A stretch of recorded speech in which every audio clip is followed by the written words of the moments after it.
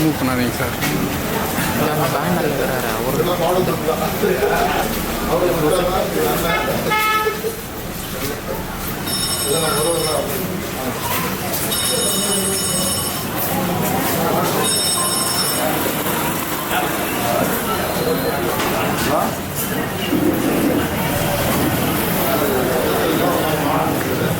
Function start பண்ண போனது எங்கே இருந்துச்சு?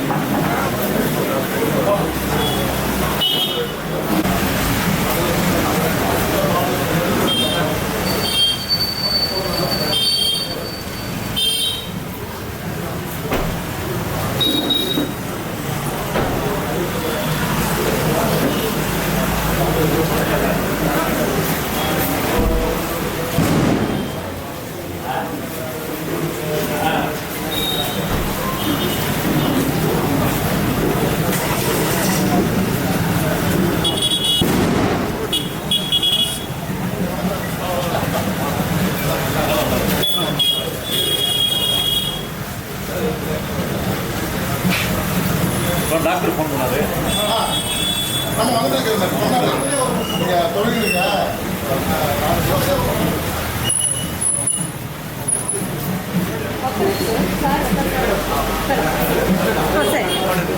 சரி கரெக்ட் பார்த்து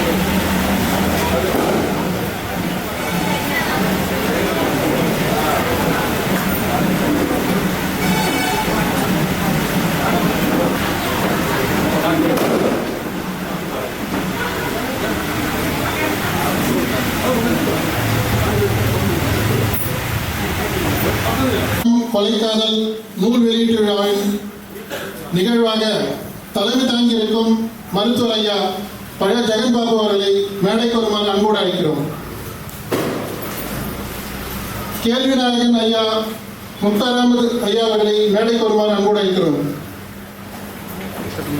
தமிழ்நாடு பத்திரிகையாளர் சங்க தலைவர் மாநில தலைவர் ஐயா தோழர் TSR சுபாஷ் அவர்களை மேடைக்கு வருமாறு அழைக்கிறோம்.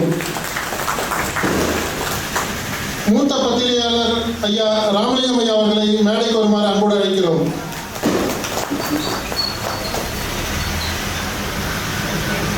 தமிழ்நாடு பத்திரிகையாளர் சங்க கௌரவ தலைவர் ஐயா தலித் குமார் அவர்களை மேடைக்கு வருமாறு அன்போடு அழைக்கிறோம்.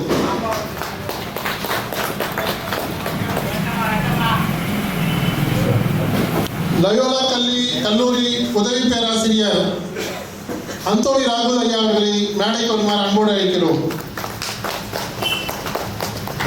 இந்த நிகழ்ச்சியில்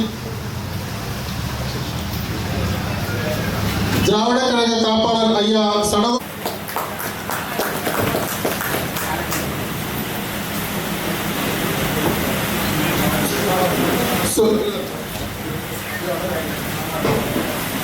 சுரேஷ் ஐயா அவர்களை மேடைக்கு வருமாறு அன்போடு அழைக்கிறோம். கொஞ்சம் பின்னாடி இருக்கிறோம், கொஞ்சம் முன்னாடி வாங்க. இப்போ சேரும் காலியாக இருக்குது, கொஞ்சம் முன்னாடி வந்துருங்க. இந்த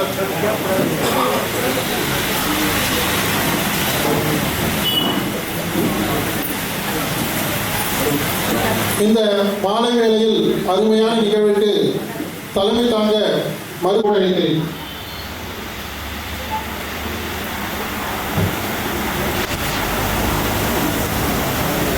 அனைவருக்கும் இனிய மாலை வணக்கம்.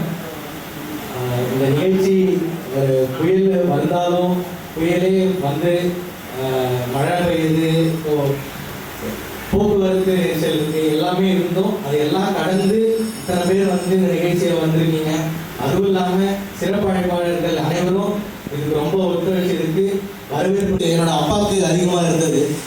அதை வந்து ஒரு தொழில் ஆரம்பிக்கணும், இல்லை அதை ஒரு தொழில் ஆக்கணும் அப்படிங்கிற ஒரு எண்ணம் இருந்தது தவிர அதற்கு வந்து அதை எப்படி எடுத்து கொண்டு போகணும் அப்படிங்கிற விஷயம் எதுவுமே எங்களுக்கு தெரியல.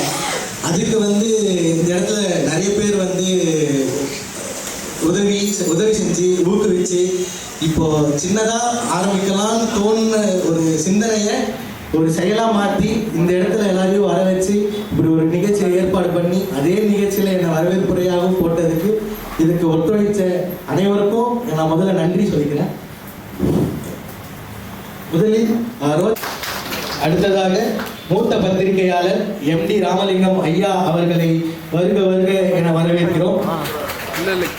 மற்றும் இங்கு கூடியுள்ள அனைத்து தோழர்களையும் உறவுகளையும் வருக வருக என மனமாற வரவேற்கிறேன். ஒரே ஒரு சின்ன விஷயத்தை மட்டும் நான் சொல்லிட்டு இந்த வருகை இந்த இடத்துல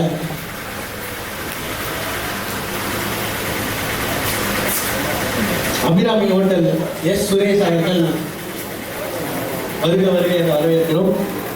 அடுத்ததாக சரகோப்பன் ஐயா காப்பாளர் அவர்களை வருக வருக என வரவேற்கிறோம்.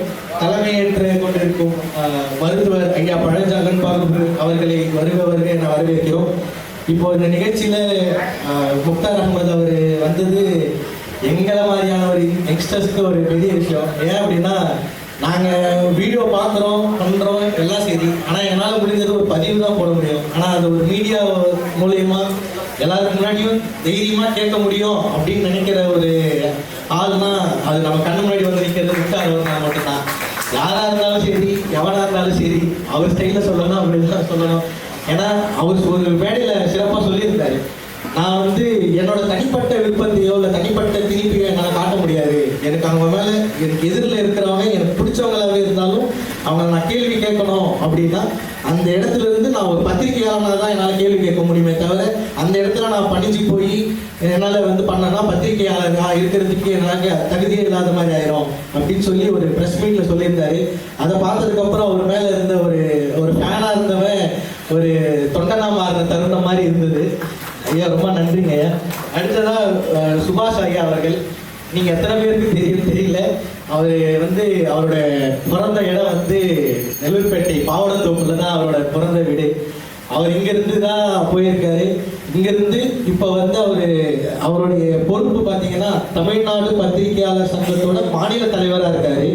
இதுதான் சிறப்பா அப்படின்னு கேட்டாங்கன்னா அதுதான் இல்லை. என்னன்னா ஐயூஜி புதுடெல்லியில் செயலாளராகவும் பொது செயலாளராகவும் அவர் பணியாற்றிட்டு இருக்காரு.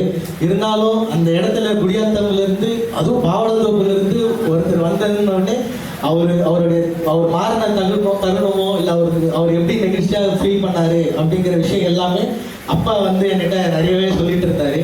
அடுத்ததா எம்டி ராமலிங்கம் ஐயா அவர்களை பத்தி ஒரு சின்ன வார்த்தை சொல்லணும்னு ஆசைப்படுறேன். அவர் யாரு? அவர் வெறும் மூத்த பத்திரிகையாளர் மட்டும் இல்லை. அவர் யாரு அப்படின்னா ஹானரபிள் பிரைம் மினிஸ்டர், அதாவது பிரதம மந்திரியா இருந்த மொரார்ஜி தேசாய், விபி சிங், சந்திரசேகர் போன்றவர்கள் அவருடைய அபிஷியல் பிஏவா இருந்திருக்காரு. அவ்வளோ பெரிய ஆளு. நான் நேரில் பார்ப்பேனான்னு யோசிக்கிட்டு இருந்த இடத்துல இந்த இடத்துக்கு நானே வாலண்டியா வரேன், இல்லை நான் வந்தே தீருவேன் அப்படின்னு ஒத்த கால நின்று இன்னைக்கு இவ்வளோ மழை பெஞ்சியும் நான் வருவேன் அப்படின்னு சொல்லி, ஏன்னா நான் தான் போய் ரயில்வே ஸ்டேஷன்ல அழைக்க போயிருந்தேன். போனப்ப வருவாங்களா மாட்டாங்களா, என்ன நடக்கும் ஏது நடக்கும், ஒரு பக்கம் புயல் இருக்கு, ஒரு பக்கம் வேலை இருக்கு, இவ்வளோ அலைச்சல்ல எப்படி இந்த நம்ம நிகழ்ச்சியை நடத்த போறோம் அப்படின்னு நம்ம யோசிச்சுட்டு இருக்க டைம்ல நினைச்சபடி எல்லாருமே வந்து சிறப்பாக செஞ்சது வந்து என்னால் அது அவங்களுக்கு நன்றி மட்டும் கூறி என்னால் நன்றி செலுத்தணும் முடியல. இருந்தாலும் மிக்க நன்றிங்கய்யா வந்த எல்லாருக்கும். அடுத்து அவர் ஆந்தோனி ராகுல் அப்படின்னு சொல்லிட்டு காலேஜ் ப்ரொஃபஸர். அவர் யாருன்னா லோயலா காலேஜில் சென்னையிலிருந்து ப்ரொஃபஸராக வந்தவர். அவருக்கும் நான் இந்த மாதிரி ஒரு பப்ளிகேஷன் பண்ணுறோம், இந்த மாதிரி ஸ்டார்ட் பண்ணுறோம், இந்த மாதிரி நாங்கள் ஒரு விஷயத்த சொன்ன உடனே ஒரு செகண்ட் கூட அவர் யோசிக்கவே இல்லை. நான் வந்துடுறேன், நான் பார்த்துக்கிறேன் அப்படின்னு சொல்லி மழையில் ஃபுல்லாக நினைச்சிட்டே தான் வந்தார். ஒரு ட்ரெயினில் வர போயும் ஃபுல்லாக நினைச்சிட்டு வந்து இந்த நிகழ்ச்சி இன்னும் சிறப்பாக நடத்தணும், இந்த நிகழ்ச்சி எப்படி நடக்குது, இந்த பப்ளிகேஷன்லாம் எப்படி ரன் ஆகுதுங்கிறத நான் கண்கூட பார்க்கணும்னு ஆசைப்பட்டு அதுக்கு அவ்வளோ தொலைவிலேருந்து வந்திருந்தாரு.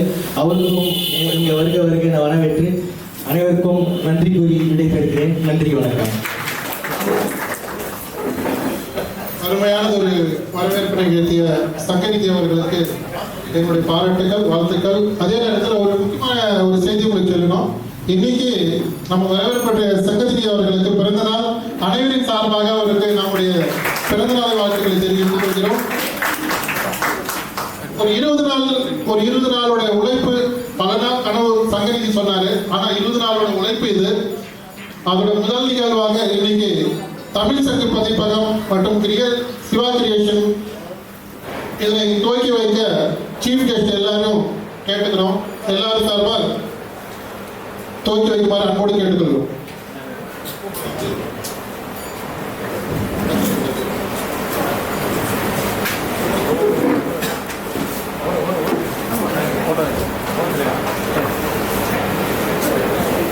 சார் போய் அவங்கள வழி விட சொல்லியா?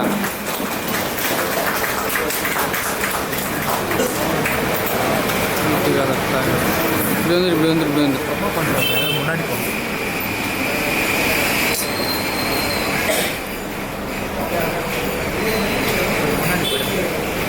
முன்னாடி போனால் எப்படி தெரிவாங்க?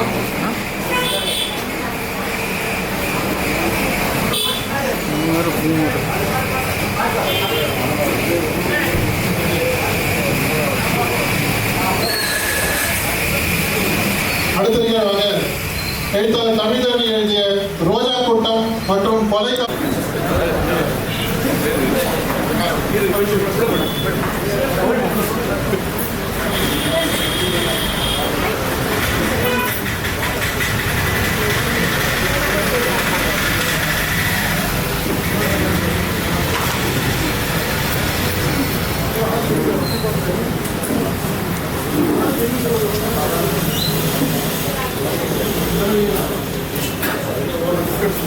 கொஞ்சம் கிராஸ் பண்ணீங்களா?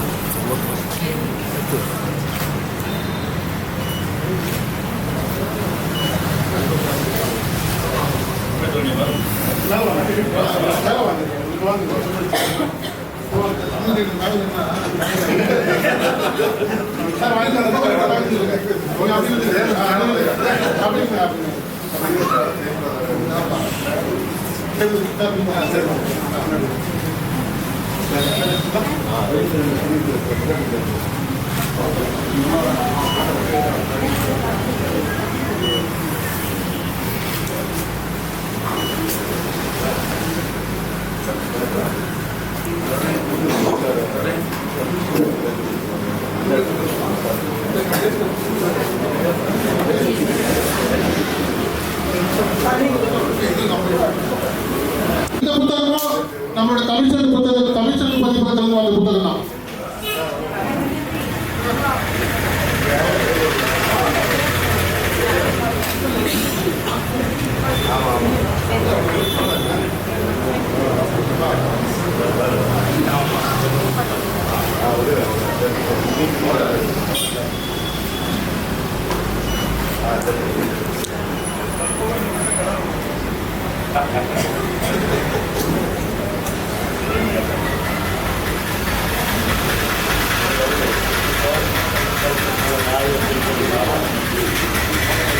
நன்றி ஐயா.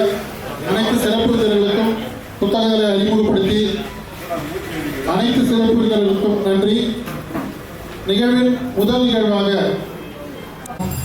இந்த நிகழ்ச்சியை ஒருங்கிணைத்து நடத்தி கொண்டிருக்கக்கூடிய தோழர்கள் நம்ம தமிழ்தரணி சையத் ஆகியோருக்கும் மற்றும் சங்கநிதி தமிழ் சங்க பதிப்பகம் தோழர்கள் அனைவருக்கும் என்னுடைய முதல் பாராட்டுகளை வாழ்த்துக்களை தெரிவித்துக் கொள்கிறேன். ஒரு முக்கியமான நிகழ்வு இது. அதில் வந்து தமிழகத்தை இன்றைக்கு புரட்டி கொண்டு கொண்டிருக்கின்ற செய்தியாளர்கள் ஐயா முக்தார் அகமது அவர்களும் ஐயா சுபாஷ் அவர்களும் தோழர் ராமலிங்கம் ஆகியோர் இங்கே வந்திருக்கிறது ஒரு இந்த நிகழ்ச்சிக்குரிய முக்கியத்துவத்தை அப்படி எடுத்துக்காட்டு. இன்னைக்கு முக்தார் அகமது அவர்கள் வந்து தெரியாதவங்க யாரும் இருக்க முடியாது. அவர் சத்தியம் தொலைக்காட்சியில் இருந்தபோதும் சரி, அதுல இருந்து தனியா மை இந்தியா தளத்தை உருவாக்கி இன்னைக்கு வந்து நெஞ்சை நிறுத்தி கையை உயர்த்தி பேசிட்டு இருக்கவங்க கூட நேரில் வந்தெல்லாம் உங்ககிட்ட நேர்முகத்துக்கெல்லாம் வர முடியாது. முதல்ல கேள்வி கொடுத்துருங்க, அது படிச்சு பார்த்துட்டு பதில ரெடி பண்ணிட்டு வேணா வரதா இல்லையான்னு முடிவு பண்றேன் அப்படின்ற அளவுக்கு பயந்து போயிருக்காங்க. மேலையில வந்து கையை உயர்த்தி உருவாங்க. அந்த அளவுக்கு பயப்படுற அளவுக்கான ஒரு இது. அது பெரிய ஆளா இருந்தாலும் சரி, சின்ன பொடியனா இருந்தாலும் சரி வச்சு செஞ்சிருவாரு. ஆனா அந்த ஒவ்வொரு கேள்வியிலும் ஒரு ஆழம் இருக்கும், அதோடைய நுட்பம் இருக்கும். அது வந்து கேள்வியை கொண்டு வரதில்லை, அவங்க யாரு அப்படின்றத வந்து அவர் எக்ஸ்போஸ் பண்ணிட்டு இருக்கிறாரு.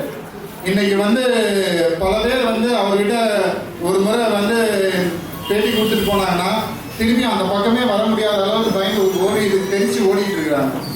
அப்படிப்பட்ட ஒரு முக்தார் அகமது அவர்கள் ஒரு செய்தி தொலைக்காட்சியினுடைய தலைமை செய்தியாளராக அவர் இருந்திருந்தாருன்னா நல்ல சொகுசா மாத சம்பளத்தோட நிறைவா வாழ்ந்திருக்கலாம்.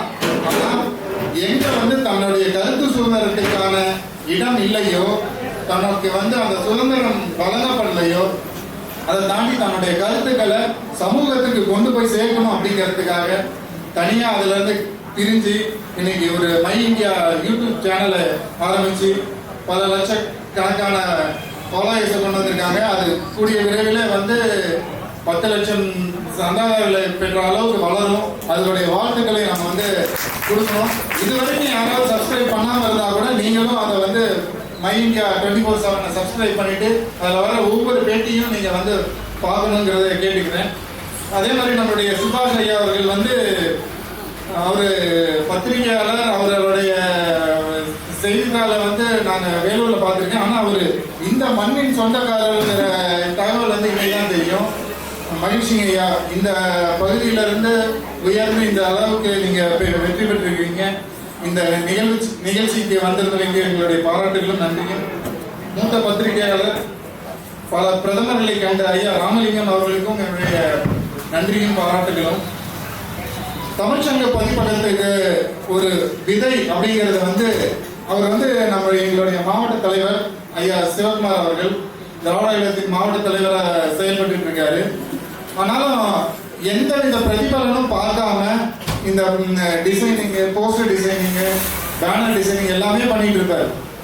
ஆனா அந்த சரியான ஆட்கள், சரியான கருத்துள்ளவர்கள் ஒன்று சேரும்போது தான் அந்த வந்து அந்த சிறு புள்ளி வந்து ஒரு பெரிய அலையா மாறும் அப்படிங்கிறதுக்கான எடுத்துக்காட்டு தான் இந்த தமிழ்ச்சங்க பதிப்பகம். எப்போ வந்து தமிழ் திறனி வந்து ஒரு எழுத்தாளர் வந்து அந்த டிசைனரோட கை கோத்தாரோ, அதுக்கப்புறம் தான் அடுத்த கட்டத்துக்கு அந்த நிகழ்வு வந்து போயிருக்கு. தமிழ் தரணி வந்து பெரியார் ஏற்று இங்க வந்தது முதல் படி அப்படின்னா அவங்க 2 பேரும் வாழ்க்கையின் அடுத்த கட்டத்துக்கு இந்த நிகழ்வுல மூலமா போகும்போது இது நிச்சயம் வெற்றி பெறுவாங்க. ஏன்னா அவங்களுடைய நேர்மை, உழைப்பு எல்லாத்தையுமே வந்து 2 பேரும் கை கோத்திருக்காங்க. மேலும் பல்வேறு தளத்தில் அவங்க வெற்றி பெற்று தமிழ்ச்சங்க பதிப்பகமும் எழுத்தாளர் தமிழ் தரணியும் எழுத்தாளர் நம்மளுடைய தேன்மொழி அம்மாவும் பல்வேறு வெற்றிகளை குவித்து வெற்றி பெற வாழ்த்துக்களை தெரிவித்து வாய்ப்புக்கு நன்றி கூறி அமைகிறேன். நன்றி.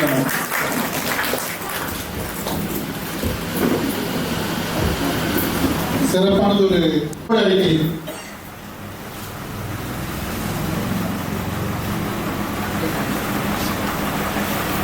அனைவருக்கும் வணக்கம்.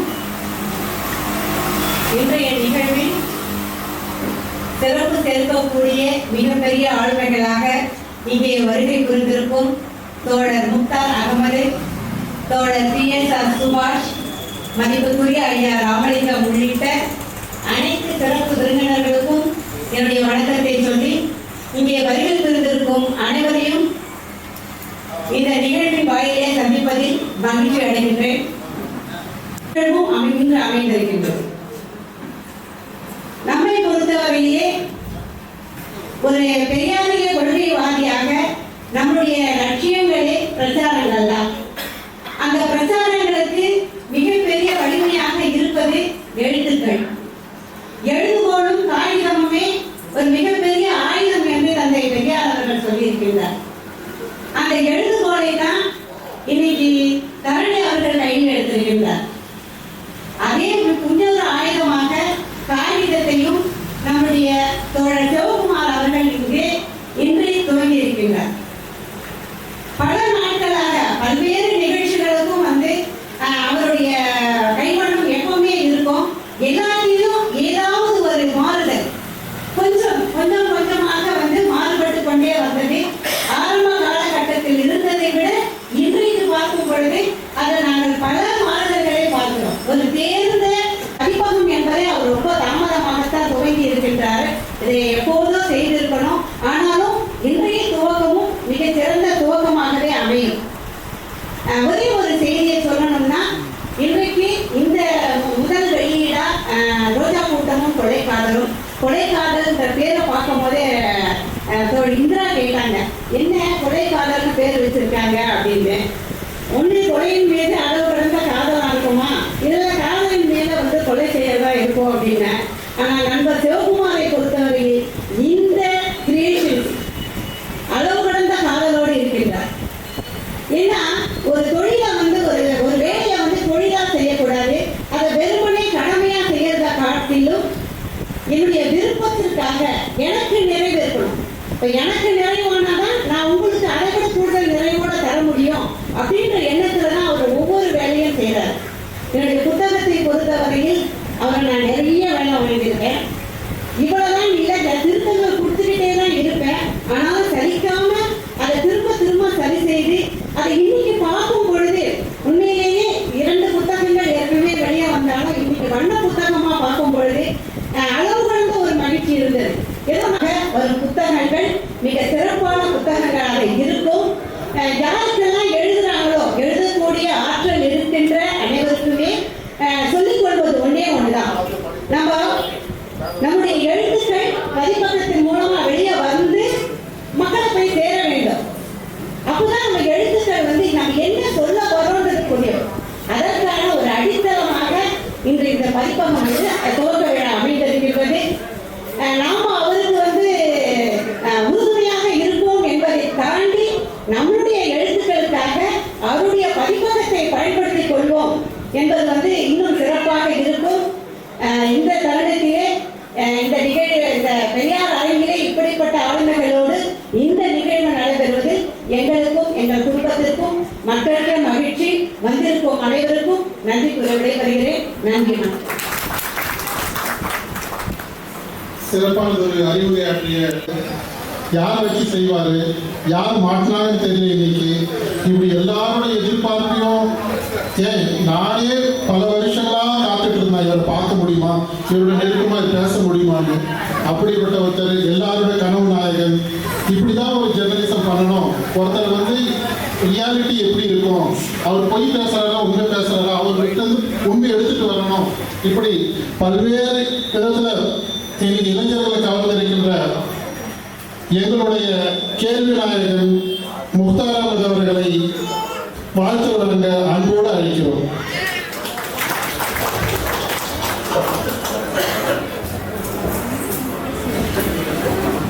அனைவருக்கும் வணக்கம். ரோஜா கூட்டம், கொலைக்காதல், அதன் பிறகு பார்க்கும்போது இங்கே வந்த பிறகு அந்த புத்தகத்துடைய சிறப்பு அம்சங்களை மருத்துவரையாளர்களும் மற்றும் இங்கு வந்திருக்கக்கூடிய பத்திரிகையாளர்கள் மற்றும் இங்கு இருக்கக்கூடிய அனைவருக்கும் என் மனதார நன்றிகளை வணக்கத்தையும் தெரிவித்துக் கொள்கின்றேன். ஐயம் சாரி நடிகர் விஜயுடைய அப்பா. ஏன் இந்த வார்த்தை சொல்றேன்னா, எதற்காக சொல்றேன்னா அதற்கு காரணம் இருக்கு. மதிப்பிற்குரிய தரணி அவர்கள் ஒரு எழுத்தாளராக இந்த 2 புத்தகங்களை எழுதியுள்ளார். ஒரு சிறுகதையாகவும் எழுதியுள்ளார். இந்த புத்தகம் என்பது நாம் எளிமையாக படித்தோ அல்லது பார்த்தோ இந்த நிகழ்ச்சியில் பங்கேற்றோ கடந்து போக வேண்டிய அவசியம் இல்லை. புத்தகம் என்பது ஆரம்ப காலத்தில் ஒரு படிப்பறிவு. நம்முடைய பெற்றோர்கள், நம்முடைய முன்னோர்கள் ஆரம்ப காலத்தில் கதைகள் மூலமாக ஒரு கதாபாத்திரத்தை உருவாக்கி அதனுடைய ஆற்றலையும் செயலாற்றலையும் அதன் நேர்மையும் பல விஷயங்கள் எடுத்துரைத்தார். காலத்தில் தான் நாம் அனைவரும் வந்து கொண்டு இருக்கின்றோம். இன்று டெக்னாலஜி வந்துச்சு. டெக்னாலஜி வந்ததால இந்த புத்தகங்கள்லாம் படிக்கணுமா, அவசியமா, யூடியூப்ல போனா பல விஷயங்கள் தெரிந்து கொள்ளலாம் நினைக்கிறாங்க. இதனால நமக்கு மன இறுக்கம் தான் அதிகமாகும். புத்தகங்கள் படிப்பதாக பார்க்கும்போது நமக்கு மன அழுத்தம் குறையும் என்பது அறிவுபூர்வமாக சொல்லப்பட்ட கருத்துக்கள். ஆனால் இன்று நாம் புத்தகங்கள் படிப்பதில்லை.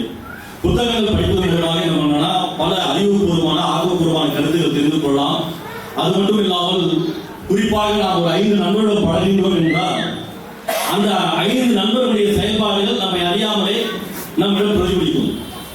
நல்ல புத்தகங்களை நாம் படிக்கும் போது நம்மை அறியாமலே ஒரு செயல்பாடுகள், அது செயல்கூற்றுகள், அது பிரதிபலிக்கும். புத்தகங்கள் எழுத வேண்டும் என்றால் கண்டிப்பாக சமூக அக்கறை இருக்க வேண்டும். சமூக அக்கறை இல்லை என்றால் புத்தகங்கள் எழுத முடியாது. புத்தகங்கள் எழுத வேண்டும் என்றால், படைக்க வேண்டும் என்றால், அதை உருவாக்க வேண்டும் என்றால் அந்த கற்பனை கதாபாத்திரத்தில் நாம் கதாநாயகனாக செயல்பட வேண்டும் முடியும். அப்படிப்பட்ட புத்தகங்கள் தான் இன்று வழிகாட்டியாக இருக்கின்றன. புத்தகத்துடைய முக்கியத்துவம் இவ்வளவு இருக்கின்றது. ஆனால் இன்று அது இல்லாத இடத்தில் இருக்கின்றது. அப்படிப்பட்ட சூழ்நிலையும் இந்த புத்தகத்தை எழுதி ஒரு கதை மூலமாக பல கருத்துக்களை தெரிவிக்க வேண்டும் என்ற அடிப்படையில் உருவாக்கப்பட்டிருக்கிறார் தமிழ் தனியார். நான் சொன்னேன், ஐ எம் சாரி, நடிகர் விஜயுடைய அப்பா என்று சொன்னேன். ஏன் சொன்னேன் என்றால், எதற்கு சொன்னீர்கள், நடிகர் விஜய் அரசியலுக்கு வருவது தவறில்லை, யாரெல்லாம் அரசியலுக்கு வரலாம்.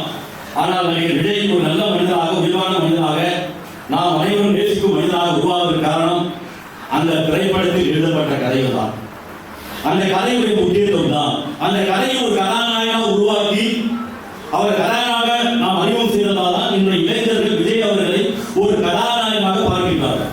இதே திரைப்படத்தில் இதே கதை அம்சத்தில் ஒருத்தர் வில்லனாக காண்பிக்கும் போது அவர் வில்லனாக நாம் பார்க்கின்றோம். எஸ். சந்திரசேகர் அவர்கள் இக்கட்டான சூழ்நிலையில் இவருடைய நேர்காணல் சொல்லியுள்ளார். நீதிக்கு தண்டனை என்ற ஒரு திரைப்படம் எடுத்தேன். அப்போது எனக்கு புரட்சித் தலைவர் எம்ஜிஆருடைய அச்சுறுத்தல் இருந்தது. கலைஞரை சிறைக்கு தள்ளக்கூடிய நிலை இருந்தது. சிறைக்கும் சென்றார். அந்த சூழ்நிலையில் நீதிக்கு தண்டனை என்ற ஒரு திரைப்படத்தை எடுத்தேன். அந்த திரைப்படத்தை எடுத்த பிறகு எம்ஜிஆர் இருந்து எனக்கு அழைப்பு வந்தது. அழைப்பு வருவது நான் சென்று எம்ஜிஆர் அடிப்பாரு. எனக்கு பயம் இருந்துச்சு. அதனால பயந்து போனேன். கலைஞர்கிட்ட கேட்டேன், நீ தைரியமா போயிட்டு சொன்னாரு. அதனால கருணாநிதி இருக்கிறாரு என்ற அடிப்படையில் தைரியமாக போனேன். அங்க போனோடனே எம்ஜிஆர் என்னை அடிக்கவில்லை. ஒரு திரைப்படத்தை இயக்குவதற்காக பேசினார் என்று சூழ்நிலை சொல்லப்பட்டது. அது ஏன் சொல்கின்றேன் என்றால், அவர் திராவிட அமைப்புகளுடனும் திராவிட தலைவருடன் மிகவும் நட்புடன் இருந்தார். எஸ். சந்திரசேகர் அவர்கள் அவர் பெரியார் கொள்கையை ஏற்றுக்கொண்டவர். அப்படிப்பட்டவர் தன்னுடைய மகன் அரசியல் களத்தில் கொண்டு வர வேண்டும் என்று எப்போது நினைத்தார் என்றால், பாஜகவுடைய ஆட்சி காலத்தில் சிறுபான்மை சமுதாய மக்களுக்கு ஒரு அச்சுறுத்தல் இருக்கின்றது சொல்லப்பட்ட காலத்தில் தன்னுடைய மகன் கட்சிக்கு வர வேண்டும். கட்சியில் வந்து இந்த இந்துத்துவ கொள்கைகள் மற்றவர்களை நாம் எதிர்க்க வேண்டும். இந்த சமயத்தில் பெரியாருடைய கொள்கையை நாம் காப்பாற்ற வேண்டும். இந்த திராவிட மண்ணின் பெருமையை நாம் போற்ற வேண்டும் என்ற அடிப்படையில் முயற்சி செய்தார். அது தோல்வி அடைந்தது. மிகவும் ஆசைப்பட்டார், கட்சி ஆரம்பித்தார். பெற்ற மகனை அவர் மீது வழக்கு போட்டார். இதெல்லாம் கடந்த காலத்தில் நடந்த நிகழ்வு. அப்படிப்பட்டவருக்கு முக்கியத்துவம் இல்லாமல் அவருடைய மகன் இன்று அரசியலுக்கு வந்துள்ளார் என்றால் அது வரவேற்கத்தக்கதான். அது மாற்று கருத்து இல்லை. ஆனால் அவரை பின்தொடர்ந்து வரக்கூடிய ரசிகர்கள் கூட்டங்கள் பார்க்கும்போது வியப்பாக உள்ளது. இப்படிப்பட்ட கூட்டமா, இப்படிப்பட்ட இளைஞர்கள் பட்டாளமா என்று பார்க்கும்போது உண்மையாக அதிசயமாக இருக்கிறது. எவ்வளவு பெரிய கூட்டம் இருக்கின்றது. இந்த கூட்டம் எதை நோக்கி, எதை பார்த்து, எதற்காக வந்தார்கள் என்று விஜய் அவர்கள் செயல்பட்டு இந்த அரசியல் களத்தில் வந்திருந்தால் வரவேற்கலாம். ஆனால் அப்படி எந்த செயல்பாடும் இல்லாத பட்சத்தில் இளைஞர்கள் பட்டாலும் இன்றைய காலகட்டத்திலும் பார்க்கும்போது திரைப்பட நடிகர்களை தன்னுடைய கதாநாயகனாக ஏற்றுக்கொண்டு செயல்படக்கூடிய ஒரு அவநிலை இருக்கின்றது. சரி, படிப்பறிவு இல்லாத படித்த இளைஞர்களே இப்படி இருக்கின்றார்கள் என்றால், எழுத்தாளர்கள், பத்திரிகையாளர்கள், சமூக ஆர்வலர்கள், சமூக செயற்பாட்டாளர்கள், அரசியல் ஆலோசகர்கள் சொல்லக்கூடியவர்களெல்லாம் பெரிய ஜாம்பவான்களெல்லாம் கண்மூடித்தனமாக ஆதரக்கூடிய அவர்களிலேயும் இருக்கின்றது. இதே விஜய் சொல்கின்றார், நான் பெரியாரை ஏற்றுக்கொண்டேன், ஆனால் கடவுள் மறுப்பை ஏற்றுக்கொள்ளவில்லை என்று. எவ்வளவு அபத்தம்! கடவுள் மறுப்பு என்பது என்ன? பெரியார் எதற்காக சொன்னார், ஏன் சொன்னார், யாருக்காக சொன்னார், எவருக்காக என்று சொன்னார் என்ற கருத்தை முன்னிலைப்படுத்தாமல் இதை நான் ஏற்றுக்கொள்ள என்று சொல்வது தவறு. இஸ்லாமியர்களும் கிறிஸ்தவர்களும் இந்துக்களும் அனைவரும் பார்க்கும்போது பெரியாருடைய கடவுள் மறுப்பு கொள்கையை ஏற்றுக்கொள்கின்றார்கள். எந்த அடிப்படையில் என்றால், எந்த ஏற்றத்தாழ்வை எந்த கடவுள் போதிக்கிறாரோ, எந்த ஏற்றத்தாழ்வுக்கு முக்கியத்துவம் இருக்கின்றதோ, யாருடைய பிறப்பின் அடிப்படையில் முக்கியத்துவம் தரப்படுகிறதோ அந்த கடவுளுக்கு மறுப்பு என்று தெரிவித்தார் பெரியார். அது எந்த மதமாக இருந்தாலும் சரி, எந்த கடவுளாக இருந்தாலும் சரி, அதைதான் முன்னிலைப்படுத்தினார் தவிர அவர் குறிப்பிட்டு யாருடைய மத நம்பிக்கையை இழிவுபடுத்தவில்லை. அப்படிப்பட்ட சூழ்நிலையில் ஒரு நடிகர் வருகின்றார் என்றால் அந்த தன்மையிலும் அந்த கொள்கையிலும் சித்தாந்தங்களையும் ஏற்றுக்கொண்டு வரக்கூடிய இளைஞர்களை வழிநடத்த வேண்டும். சீமான் ஒருவர் இருந்தால் அவர் பின்னாடி இளைஞர் கூட்டங்கள் பின்னோக்கி வந்தன, முன்னோக்கி வந்தன. எல்லோரும் சொல்வார்கள் முக்தாருக்கும் சீமானுக்கும் என்ன பிரச்சனை இல்லை. எந்த பிரச்சனையும் இல்லை. சீமான் அரசுக்கு வரட்டும், தமிழ் தேசியம் பேசட்டும். நாம் திராவிடத்தால், நாம் இனத்தால் திராவிடர்கள், மொழியால் தமிழர்கள், இதில் எவ்வித மாற்று கருத்தும் இல்லை. சீமான் வரட்டும், தப்பில்லை. ஆனால் ஒரு பத்திரிகையாளராக ஒரு அரசியல் கட்சி தலைவர்கள் அவர் பின்புலத்தில் இது போன்ற தவறுகள் செய்கின்றார்கள், யாரும் தொடர்பு வைத்துக் கொள்கிறார்கள், யாரும் கலந்துறவு வைத்துக் கொள்கிறார்கள் என்று தெரிந்த பிறகும் மௌனம் காத்துக்கொண்டு இவர் அடுத்த முறை நமக்கு நேர்காணல் வர வேணும், இல்லை அதனால நமக்கு வாய்ப்பு கிடைக்கும், அதனால நமக்கு வியூவர்ஸ் கூடும், சப்ஸ்கிரைப் கூடும், இல்லை நம்ம நிகழ்ச்சி பார்ப்பாங்க என்ற அடிப்படையில் ஒதுங்கி போகக்கூடாது என்ற அடிப்படையில் உருவாக்கப்பட்டதுதான் மை இந்தியா. மை இந்தியா என்பது பேர் அல்ல, பெருமை. அந்த பெருமையின் அடிப்படையில் தான் உருவாக்கப்பட்டதுதான் மை இந்தியா.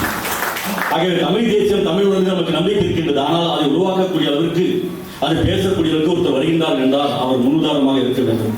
இன்று அரசியல் களத்தில் மிகவும் அநாகரிகமாக, கீழ்த்தரமாக யார் பேசுகின்றார் என்று எல்லோருக்கும் தெரியும். அப்படிப்பட்ட நபரை சார்ந்தவர்கள் நேர்காணல் செய்யும் போது அதே பாணியில் அவர்களுக்கு புரிய வைக்கின்றன தவிர, நான் ஒரு பத்திரிகையாளர் என்ற அடிப்படையில் அதிலிருந்து விடுபட்ட அல்ல, அதிலிருந்து விலகியும் அல்ல. ஏனென்றால் அவருடைய செயல்பாடுகள் அப்படிதான் இருக்கின்றது. அரசியலுக்கு ஒரு நாகரிகம் இருக்கின்றது, ஒரு தன்மை இருக்கின்றது. இவை அனைத்தும் புத்தகங்கள் படிப்பவர்களுக்கு புரியும், புத்தகங்கள் படிக்காதவர்களுக்கு புரியாது. வரலாற்று உண்மைகள் என்று வாந்தி எழுப்பவர்களுக்கும் புரியாது. ஆகவே புத்தகத்தின் அடிப்படை கூற்று படித்தவர்கள் தான் எழுத்தாளர்களும் அரசியல்வாதிகளும் உருவாகினார்கள். சிறைக்கு சென்றாலே புத்தகங்களை தான் எழுதுவார்கள். அந்த அளவுக்கு புத்தகத்தின் தன்மையை உணர்ந்தவர்களாக இருப்பார்கள். புத்தகத்தை எழுதக்கூடியவர்கள் தான் எதிர்காலத்தில் அரசியல்வாதியாக இருப்பார்கள். ஆனால் இன்றைய காலம் மாறிவிட்டது, சூழ்நிலை மாறிவிட்டது, எல்லாம் கடந்து விட்டது. டிஜிட்டல் சொல்லிட்டு எல்லோரும் பார்க்கும்போது டெக்னாலஜி வளர்ந்துருச்சு சொல்லிட்டு அதன் அடிப்படை போகின்றார்கள். இன்று சிறு குழந்தையும் பார்க்கும்போது ஒரு யூடியூப்ல பார்க்கறது. என் பெண்கள் முன்னெல்லாம் வீட்டில் இருக்கும்போது புத்தகம் தான் நிறைய படிப்பாங்க, இல்லத்தரசிகள். இதெல்லாம் கடந்து போயிடுச்சு. இப்பெல்லாம் ஷார்ட்ஸ் டிவியில் பார்க்கறது, யூடியூப்ல பார்க்கறது அப்படி இருக்கின்றது. புத்தகத்திற்கும் எனக்கும் நிறைய நெருக்கம் உண்டு. எப்படி என்ற அடிப்படையில் பார்க்கும்போது சுபாஷ் சாருக்கு தெரியும். இன்று ஒரு கதை என்று நான் தினந்தோறும் சோசியல் மீடியாவில் எழுதி கொண்டிருந்தேன். சுபாஷ் சாருக்கு தெரியும்.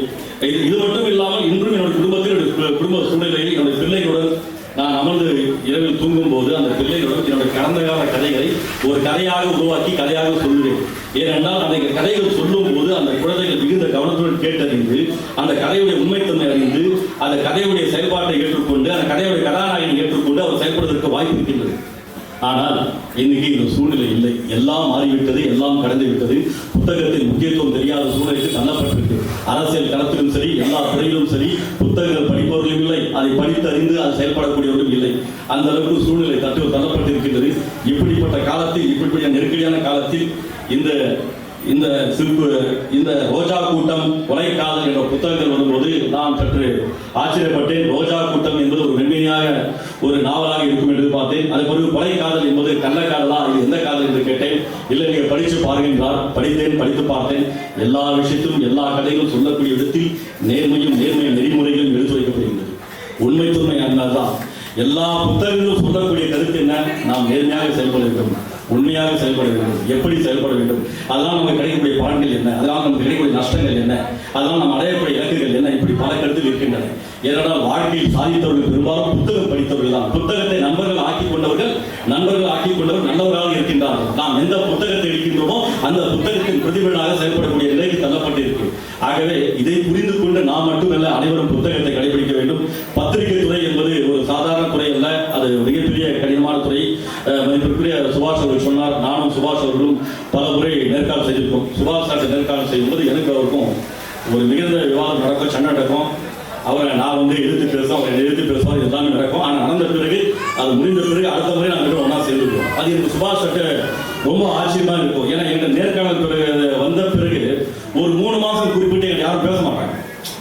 ஒரு இடைவெளி எடுத்துக்குவாங்க. அதுக்கப்புறம் தான் மறுபடியும் வருவாங்க. எல்லாம் வெளியே போயிட்டு அவர் கட் பண்ணிட்டார், எடிட் பண்ணிட்டார் சொல்லுவாங்க. ஏன் சொன்னீங்க கேட்டதுக்கு வேற காரணம் தெரிஞ்சு அதான் சொல்லப்படுதுன்னு சொல்லுவாங்க. ஆகவே அந்த அடிப்படை தான் இருக்கும். அதனால சுபாஷ் சார் ஒரு பத்திரிகை துறையில நான் இருக்கும்போது ஒரு தொலைக்காட்சியில ஒரு பத்திரிகையாளருக்கு ஒரு இழப்பு ஏற்பட்டுச்சு. அவர் தற்கொலை செய்து கொள்வாரு. அந்த இழப்பு ஏற்பட்ட பிறகு அந்த பத்திரிகை அதை இழந்தவருக்காக சுபாஷ் சார் உள்ள என்றாரு. அந்த பத்திரிகை ஆசிரியர் எதிர்த்து நிற்கிறார். எனக்கு ரொம்ப ஆச்சரியம். அப்போ நான் கேட்கிறேன், ஏன் சார் எதிர்க்கிறீங்கன்னு சொல்றேன். ஆனால் அவர் கடைசி கட்டம் இருக்கும், எதற்கும் சமரசம் ஆகாமல் தனிந்தே நின்றாரு. கடைசி வரைக்கும் அவர் இழப்பீடு வாங்கி தரணும்னு நினைச்சாரு, வாங்கியும் கொடுத்தாரு. அப்பதான் சுபாஷ் சார் எனக்கு ஒரு மிகுந்த மரியாதை இருந்துச்சு. இப்படியே இருக்கிறாரா? நான் அந்த சங்கத்தில் இருந்தேன், எல்லாமே இருந்தேன், பங்கேற்க மாட்டேன், இருக்க மாட்டேன். ஆனால் அவருடைய துணிவு, அந்த வீரம், ஒரு விஷயத்தை பண்ணா நம்ம சங்கத்தில் இருக்கிறானோ நம்ம சங்கத்தில் இல்லையோ, யாராக இருந்தாலும் சரி, எவராக இருந்தாலும் சரி, உதவணுன்ற மனப்பக்குவம், அந்த மனிதாபிமானம் நான் அவர்கிட்ட பார்த்தேன். இது மேடைக்காக சொல்ல வரல. அவர் என்ன பல நிகழ்ச்சி கூப்பிட்டுருக்காரு, பல நிகழ்ச்சி போக முடியல. ஆனால் இந்த நிகழ்ச்சியில் இது சுபாஷ் சாருடைய சொந்த ஊர் சொல்லப்பட்டது. அது மட்டும் இல்லாமல் நானும் இந்த மண்ணின் மைந்தன் என்ற அடிப்படையில் இந்த விழாவில் பங்கேற்று பெருமடைகின்றேன். இந்த புத்தகம் கண்டிப்பாக, இந்த புத்தகம் மட்டும் இல்லாமல் இந்த புத்தகத்துடைய செயல்பாடுகள், அணுகுமுறைகள் எல்லோருக்கும் சென்றடைய வேண்டும். இது போன்ற புத்தகங்கள், எழுத்தாளர்களை நாம் கௌரவிக்க வேண்டும். இப்படி கௌரவிப்பது நாம் இந்த சமுதாயத்திற்கும் சமுதாய மக்களுக்கும் நாம் எல்லோருக்கும் செய்யக்கூடிய மிகப்பெரிய ஒரு அர்ப்பணிப்பை புரிந்து கொண்டு நாம் அனைவரும் ஒன்றுபட்டு இதற்கு ஆதரவு தெரிவிப்போம். நன்றி, வணக்கம்.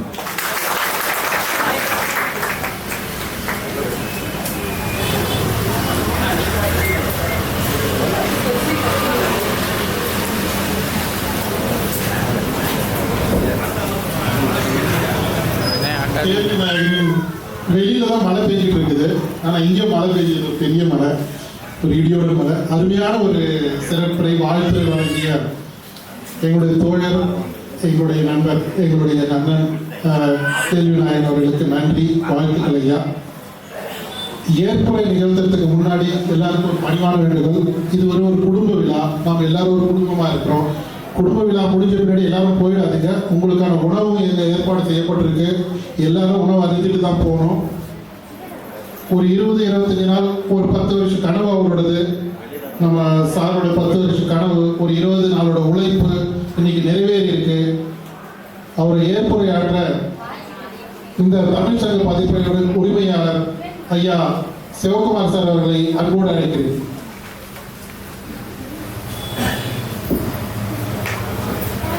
சிறப்புரையாற்றிய அமர்ந்திருக்கும் மை இந்தியா 24/7 தோழர் முக்தார் அகமது அவர்கள் எப்பொழுதுமே எங்களுடைய பெரியார் அரங்கம், பெரியார் நான் உருவாக்கிய என்னுடைய தம்பி, எங்களுடைய நாடக கழக வேலூர் மாவட்ட இளைஞரணி தலைவர் தமிழ்தரணி அவர்கள் ஒரு 20 நாட்களுக்கு முன்பாக தோழர் நம்ம தேன்மொழி அவருடைய ஒரு ஆப்ரேஷன், நான் இதில் இருக்கும்போது ஒரு பிடிஎஃப் ஒன்று அனுப்பிச்சாரு. ஐயா அந்த பிடிஎஃப் அனுப்பிச்சிக்கிறேன், நீங்கள் படித்து பாருங்க அப்படின்னாரு. படித்து பார்த்தோம்னால டைம் கட்சி ஒரு 4 மணி நேரம் இருந்தது. அது நான் படிஞ்சினாங்கன்னா அது கொலைக்காலம் தான் முதல்ல அனுப்பிச்சிருக்காரு. படித்து பார்த்து உடனே ஃபோன் பண்ணி அங்கேருந்து தமிழ் நல்லா பண்ணிருக்கீங்க, நான் முதல் முறையாக என்னுடைய இயக்கத்தை புத்தகங்களை தாண்டி நான் படித்த முதல் புத்தகம் உங்கள் கதைன்றது இது கொலைக்காரன் தான், நல்லா இருக்கு தம்பி அப்படின்ட்டு பாராட்டினேன்.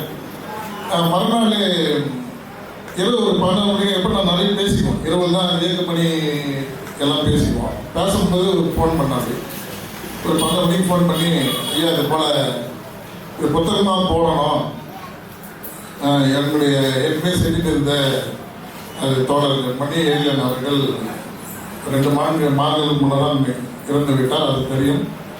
அவர் நான் நிறைய பேசியிருக்கிறோம், ஆனால் சந்திக்கின்ற வாய்ப்பு எனக்கு இல்லை.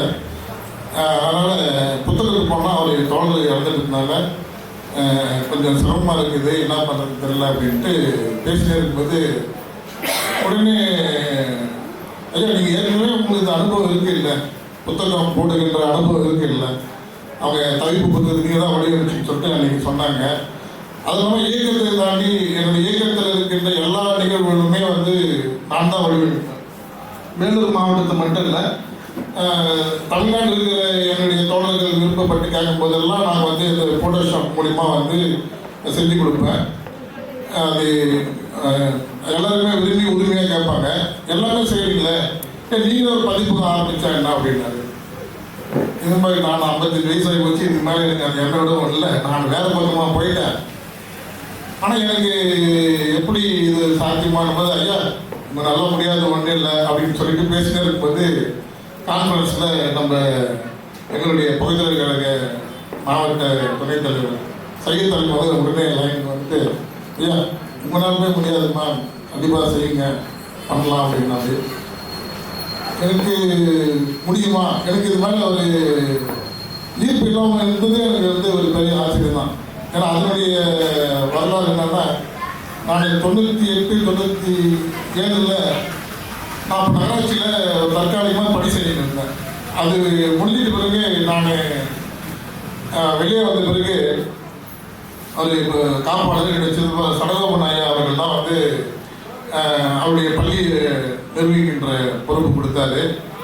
அப்பொழுது இந்த மாதிரி ஒரு ஆப்செட்டுன்னு ஒன்று வந்துருக்குது, அது நம்ம செய்யலாம் சிவா அப்படின்ட்டு சென்னையில் ஒரு 3 அட்ரஸ் கொடுத்து அனுப்பிச்சிருந்தார். இப்போ சின்ன ஸ்ட்ரீட்டில் அது பேர் என்னப்பா அப்படின்னா ஆப்செட்னா அப்படின்னு. சரி பேர் மட்டும் எழுதினேன், ஏதோ ஆப்செட்டுன்றாரு அப்படின்னு சொல்லிட்டு பேர் மட்டும் எழுதிக்கினேன். 3 அட்ரஸ் கொடுத்தாரு. அது 3 போய் பார்க்கும்போது பெரிய பெரிய விஷயமா இருந்தது. ஏன்னா குடியாத்தில் அது வரைக்கும் ஆப்செட்டே இல்லை. அங்கே போய் பேசும்போது அவங்க கேட்குற கேள்விக்கு நான் கேட்குற கேள்விக்கும் தெரிஞ்ச மாதிரியும் இருக்கணும், அதை நான் வச்சு புரிஞ்சுக்கணும், நான் அந்த மிஷின் வாங்க மாதிரி இருக்கணுன்ற அந்த இதில் நாங்கள் வந்து அதை தேடி கண்டுபிடிச்சி ஒரு தாம்சன் மார்க் 2 என்ற ஒரு இத்தாலிய ஒரு மிஷின் வந்து நாங்கள் வாங்கி குடியாத்தில் முதல்ல வந்து நாங்கள் தான் வந்து மனித சக்தி ஆசிரியர் தொடங்கணும். அதில் பார்த்தீங்கன்னா அவர் அந்த வயசில் டிடிபி போய் செஞ்சுட்டு வருவார், கண்ணாமலை போய் கற்றுட்டு வருவார் டிடிபி பண்ணுறது. அது மூலமாக நாங்கள் நோட்டீஸ் போடுவோம். அப்படின்னா ப்ரெஸ்ஸு தான் இருக்கும், அந்த பிளாக்லாம் பண்ணிவிட்டு அதை பண்ணுவாங்க. முதல் முறையாக கம்ப்யூட்டரில் படத்தை போட்டு நோட்டீஸ் போட்ட உடனே எல்லாருக்கும் ரொம்ப மகிழ்ச்சி, நம்ம படம்லாம் அழகாக வந்துருக்குது அப்படின்ட்டு. அதில் என்னென்னா நாங்கள் அந்த மிஷின் ஓட்டுறது நாங்களே ஓட்டுவோம். அதை நாங்கள் கற்றுக்கிட்டோம். எல்லாமே 98, 99 காலகட்டத்தில் அந்த சித்தி அவங்க ஈஸ்வரி அம்மா அவங்க நானே இன்னொரு தம்பி பெருமாள் நாங்களே டைப் பண்ணுவோம், வடிவமைப்பு பண்ணுவோம், நாங்களே மிஷினை ஓட்டுவோம், நாங்களே கட்டிங் பண்ணுவோம். அந்த இது எங்களுக்கு பழக இருந்தது. ஆனால் நான் அந்த பள்ளியில் இருக்கின்ற அந்த கூடுதல் பொறுப்பு இருந்தாலும் அது தவிர்த்துட்டு அப்படியே வந்துட்டேன். ஆனால் அப்போ நான் வந்து வடிவமைப்புன்றது அப்போ செஞ்சுட்டு தான் இருந்தேன். பிறகு வந்து அதை அப்படியே என்னோட அதை விட்டு நான் விலகிட்டு வேறு துறைக்கு வந்துட்டேன். நான் 2015 திராவிட மாவட்ட தலைவராக வந்து என்னுடைய ஆசிரியர் ஐயா வீரமணி அவர்களால் பொறுப்பு வழங்கினாங்க. அப்போ வந்து தொடர்ந்து அது பண்ணிட்டு இருக்கு. இடையில ஒரு ஆண்டு வந்து என்னால் பண்ண முடியாமல் தொடர்ந்து இப்போ பண்ணிட்டு இருக்கிறோம். அப்போ வந்து அந்த நோட்டீஸ் போடும்போது தான் அது நிறைய ஆர்ப்பாட்டம்.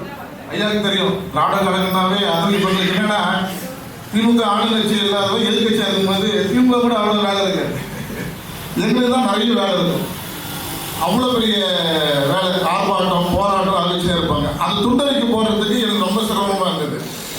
அவங்கள்ட்ட போய் ப்ரெஸ் கார்டு போய் நிற்கணும், பேர் போகிறதுலேருந்து நாம் ஒரு பேர் யார் முதல்ல வரணும் யார் வரணுன்றது அவங்களாம் புரியாமல் எனக்கு பெரிய வேலையாக இருந்தது.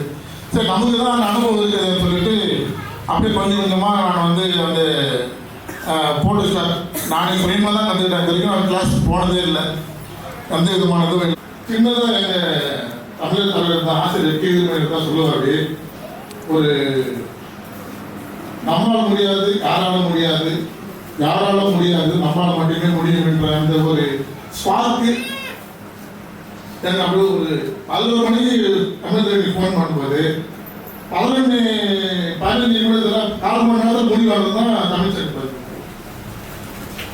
அவ்வளோதான், அந்த 12 நிமிஷத்தில் தமிழ் சங்கம் நம்மளால் முடியும் அப்படின்னு எனக்கு குற்ற துணியாக இருந்தது. எல்லாமே பார்த்தீங்கன்னா தந்தை பெரியார் கொள்கையும் என்னுடைய 2 தோழர்களும் என்னோட இணைஞ்சு அந்த புத்தகத்தை வடிவமைத்தாங்க. நான் அந்த புத்தகத்தை வடிவமைப்பு என்பது எனக்கு தெரியும். அந்த தலைப்பு புத்தகத்தை பண்ணும்போது அவருக்கு அந்த தலைப்பு இல்லை ஒரு மடல் பதிவு வந்து அப்போ அவர் ஒரு கிண்ணசிகள் பண்ணுறதுக்கு ஒரு 100 புத்தகம் வெளியிடலாம் இருந்தார். அது என்னுடைய புத்தகத்தை வந்து நான் தான் வடிவமைப்பு கொடுத்தேன். வடிவமைப்பு கொடுத்து அப்படியே அவங்க பிரிண்டர் பண்ண நல்லா வந்தது. சரி அந்த அனுபவம் இருக்கு, சரி செய்யலாம் அப்படின்ட்டு இந்த கொலைக்காதல வடிவமைச்சு கொடுத்தோடனே முதல்ல அமைச்சது இந்த கொலைக்காதலுடைய இந்த அட்டை படம் தான். இந்த அட்டை படத்தை நானே தயார் பண்ணுவேன். பண்ண உடனே 2 பேருக்கும் ரொம்ப பிடிச்சி முதல் முறையாக ஒரு கலெக்ஷனே இல்லாமல் நான் தயார் பண்ண கதையை பற்றி தயார் பண்ண அந்த அட்டை படம் அனுபவிப்போம். தமிழ் தலைவிக்கு கையெழுத்துல ரொம்ப பிடிச்சி தயவு செய்து மாறாதீங்க அப்படியே இருக்கு.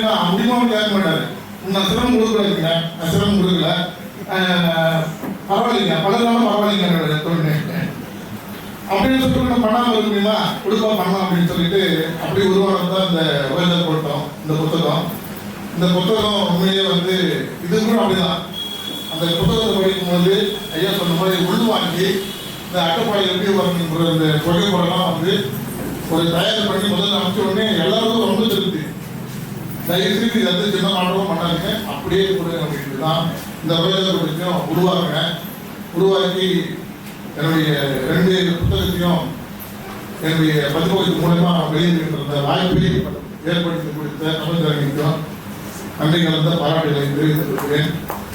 இந்த நிகழ்வில் எங்களுடைய அழைப்பை ஏற்ற தலைமைக்கும் நிகழ்வில் வந்திருக்கின்ற எங்களுடைய குடும்ப உறவு கொள்கை உறவு மருத்துவர் ஐயா பேசும்போது சொன்ன அப்படி நான் சுகுமார் ஐயா பேரை மறந்துருக்கேன் அப்படின்னு தனியாக சொன்ன அப்படி எங்களுக்கு நாங்கள் எல்லாம் ஒண்ணுதான். அதனால வந்து என்ன அவர் போகிறதுனா அவர் போகிறது வந்து அர்த்தம். அதனால எங்களுக்கு வந்து அந்த தேவையில்லை. ஏன்னா இப்போ ஐயா பிறந்த நாள் செப்டம்பர் 17 வரும்போது கூட ஐயா பிறந்த நாள் விடுதலை யார் பண்றாங்க என்ன பண்றாங்க அப்படின்னாரு. ஐயா நான் அப்படியே இருந்தாங்க சிறப்பாக பண்ணுவோம், அனைத்து கட்சியும் கூப்பிட்டு நாங்கள் சிறப்பாக பண்ணுவோம் அப்படின்னு உடனே நான் அப்படியே வந்துட்டுமா அப்படின்னாரு. வாங்க அப்படின்னா எங்களுடைய அழைப்புகள் எல்லாமே வந்து எங்களுக்கு சிறப்பு செய்கின்ற எங்களுடைய கொள்கை உறவு ஐயா முகமது சபீரனை வருக என்று வரவேற்கின்றேன். அதே போன்று தமிழ்நாடு பஞ்சாயத்து சங்கத்தின் கௌரவ தலைவர் லலித்குமார் அவர்களையும் வருக என்று வரவேற்கிறேன். இதே போன்று ஐயா ராமலிங்கம் ஐயா அவர்கள் வந்து சொன்னாரு என் பேர் முதல்ல உங்களுக்கு தான் போட்டாங்க அப்படின்ட்டு. முதல்ல சொல்லும்போது எனக்கு ஐயா அறிமுகம் இல்லை, அப்படின்னு 2 பேர் கொடுக்கும்போது பேர் கொடுத்தாரு. ஐயா அவர் வரமாட்டாரு, அவரு நாங்கள் அழைப்பு கூட கொடுக்கலாம வேணாம்னு இருக்கிறேன். பேர் மட்டும் போட்டுடலாங்க, ஏன்னா கூப்பிட்டா வந்துடுவாரு, அதனால பேர் மட்டும் போட்டுடலான்ட்டு பேர் போட்டோம். முன்னிலையில பிறகு 2 நாளைக்கு முன்னாடி ஐயா வந்து ஃபோன் பண்ணி பேசினேன். அப்படி நான் அவசியம் வரேன் அப்படின்னும் போது தான் அப்புறம் தமிழ் கேட்கும்போது ஐயா நான் அழைப்பு கூட இல்லை. பிரைம் மினிஸ்டரோட பிஏவாக இருந்தவர் பால் தேசாய் பிரைம் மினிஸ்டர் இருக்கும்போது அவர் பிஏவாக இருந்தவர். விபி சிங் எங்களுடைய மண்டல் கமிஷன் தலைவர், அவர் இருக்கின்ற அந்த அவருக்கு பிஏவாக இருந்தவர். சந்திரசேகர் அவருடைய பிஏவாக இருந்தவர். இந்த ஒரு சின்ன நாங்கள் உருவாக்கின்ற இந்த சின்ன எளிமையான இந்த பதிப்பகத்தில் ஒரு புத்தகம் இருக்கோம்.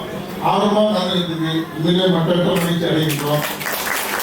அதே போன்று இந்த முடிவு பண்ணவொடனே சுபா சொன்னது கேட்கும்போது அவரு ஐயா அது போல வந்து அவர் பத்திரிகையாளர் சங்கத்துடைய மாநில தலைவர் அப்படின்னாரு. சரிங்க கூப்பிடலாங்க நடந்தாங்க அப்படின்னு சொல்லிட்டு அங்கிருந்து குடியாத்திலிருந்து சென்னைக்கு வரும்போது காரில் வரும்போது தான் வெயில் சொல்றாரு. அவருக்கு குடியாத்தம் அப்படின்னாரு. குடியாத்தம் பேர் எனக்கு தெரியல, எனக்கு அறிமுகம் இல்லை அப்படின்ட்டு ஐயா பேசும்போது இன்னும் ஆச்சரியம் எனக்கு. இப்போ ஐயா இவர் பேசும்போது கூட எப்படி ஐயா பற்றியும் கருத்துக்களை பற்றியும் திராவிட பற்றி பேசுறாங்க. அவர்கிட்ட பேசும்போது அதாவது திராவிட கழக தோழர்கள் கலந்து மற்ற இயக்க தோழர்கள் கட்சி தோழர்கள் அன்னை மணியம்மாரை பற்றி அவ்வளவு பேச மாட்டாங்க. ஏன்னா அந்த மணியம்மார் யாருன்னா சின்ன பொருட்கள் நீங்கள் பெரியார் என்ற ஒரு அந்த காசு தான் நீங்களா ரொம்ப கேள்விகள் தான். ஏன்னா ஐயா அவர்கள் எல்லாரும் மாறிட்டாரு. ஆனா அருள்மொழி அம்மா அவர்கள் கேள்விகள் சொன்னேன், ஐயா நீங்க எல்லாரும் இப்படி மாறிக்கிறீங்க, நீங்க அருள்மொழி அம்மா கொடுத்தாங்க அந்த டிபேட்ல அவ்வளவா நீங்க மாறல இல்லை எத்த கேள்வியே முதல்ல இப்ப இவ்வளவு பேசுறாரு இல்லைங்களா ஐயா பத்தி திராவிட கொள்கைகளை பத்தி கவர்மெண்ட் மக்கள் ஏன் எடுத்தாருன்றதை பத்தி இல்லைங்க எத்தனை முதல்ல அம்மா கேட்டீங்க திருமணம் அந்த பெரியாரா அப்படின்னு சொல்லிதான் கேட்டேன்.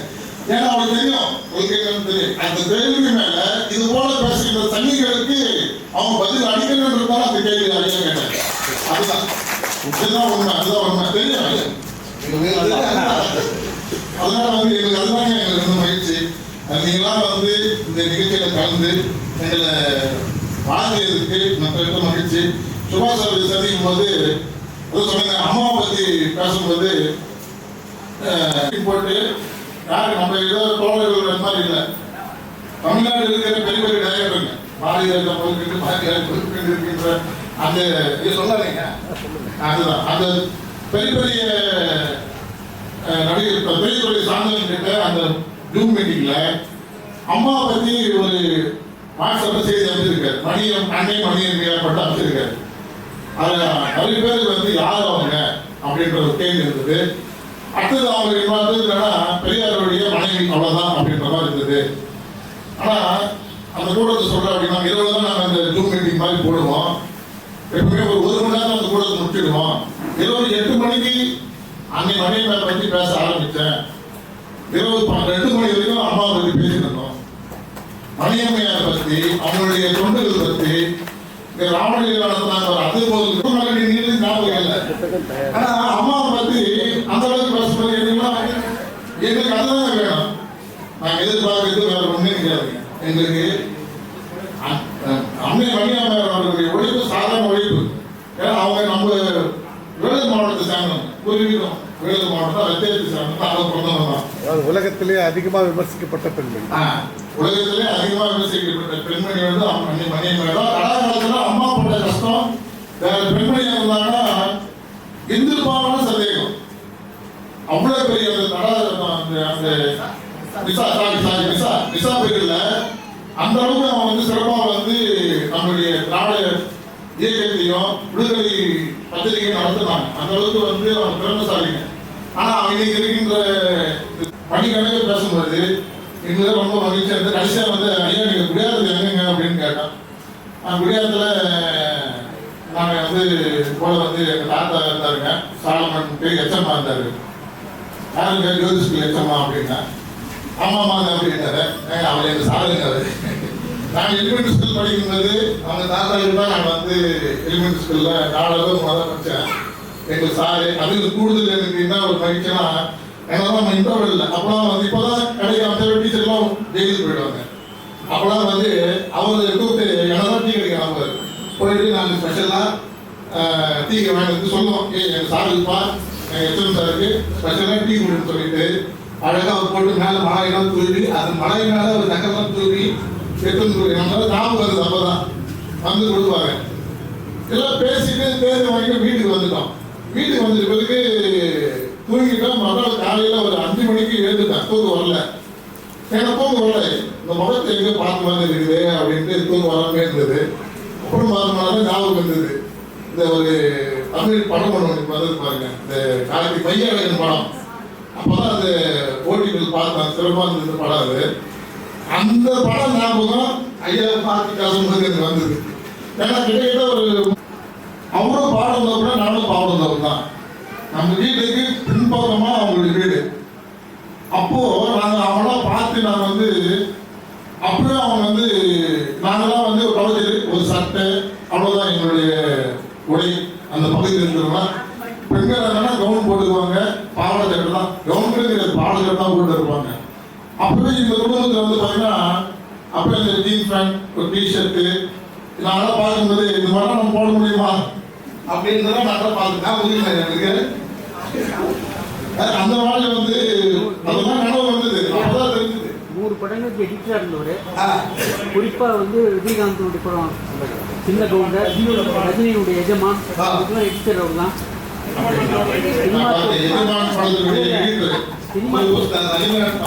சினிமா துறையில் இருந்திருந்தாருன்னா இந்த மேடையில் அவர் உட்காந்துருக்க இல்ல உண்மைதாங்க. அப்படிதான் தெரிஞ்சது. அப்பவே அவரு இந்த டிஸ்கஸ் டான்ஸ் வந்து புதுசா அப்ப இந்த கலரெல்லாம் போட்டு திகிதிகன்னு போட்டு மேடையில நடன டான்ஸ் ஆனதை நான் பார்த்துக்கிறேன். அதே போல எங்க பகுதியில நாடகம் நடத்துவாங்க. எனக்கு இதெல்லாம் இப்பதான் ஞாபகம் வந்து இதெல்லாம் வந்து விளையாடின்னு ஒரு பகுதியில் இருப்போம். இவங்க நல்லா படிச்சுட்டு நம்ம நல்லா அதாவது இருக்கின்ற நம்ம வெளியில இருக்கிற காலகட்டத்தில் அப்போ அவங்க இருந்தவங்க கிட்டத்தட்ட ஒரு 40 ஆண்டுக்கு பிறகு சந்திக்கும் பொழுதுதான் உண்மையிலேயே இது வந்து ரொம்ப நிறைவா இருந்தது. உண்மையிலேயே இது வந்து ரொம்ப மகிழ்ச்சியா இருந்தது.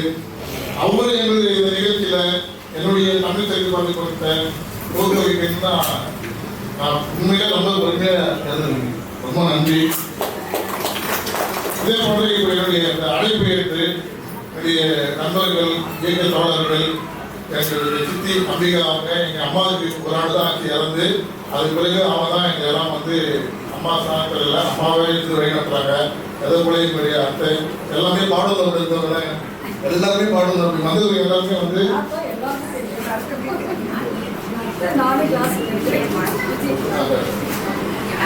உண்மையிலேயே வந்து எல்லாருமே பாடுதல் தான். என்னுடைய அண்ணன் மோகன் அவங்க அத்தை பசங்க, அதே போல என்னுடைய தொழில் சார்ந்து என்னுடைய எல்லாம் ஊக்கப்படுத்தி வந்து சிவான சமூக பதிலேசன் அவங்க வந்துருக்காங்க. அதே போல இயக்கத்தில் என்னோட பணி செய்திருக்கின்ற ஒரு சாப்பாடு சலோகமன், அன்பரசன், அதே விநாயகர், நம்ம தோழர்கள் உறவினர்கள் எல்லாருமே சப்போர்ட்டாக உறவு சார்ந்தும் எப்பயுமே வந்து கடவுள் மறுபடலாம் உறவு வந்து இருக்காது அப்படின்வாங்க. அதுபோல கிடையாது. எங்களுக்கு எந்த அளவுக்கு கடவுள் மறுப்பு நாங்கள் இருந்தாலும் பெரியார் கொள்கையில் இருந்தாலும் அந்த அளவுக்கு எங்கள் உறவுகளை நாங்கள் வந்து விட்டு கொடுக்க மாட்டோம்.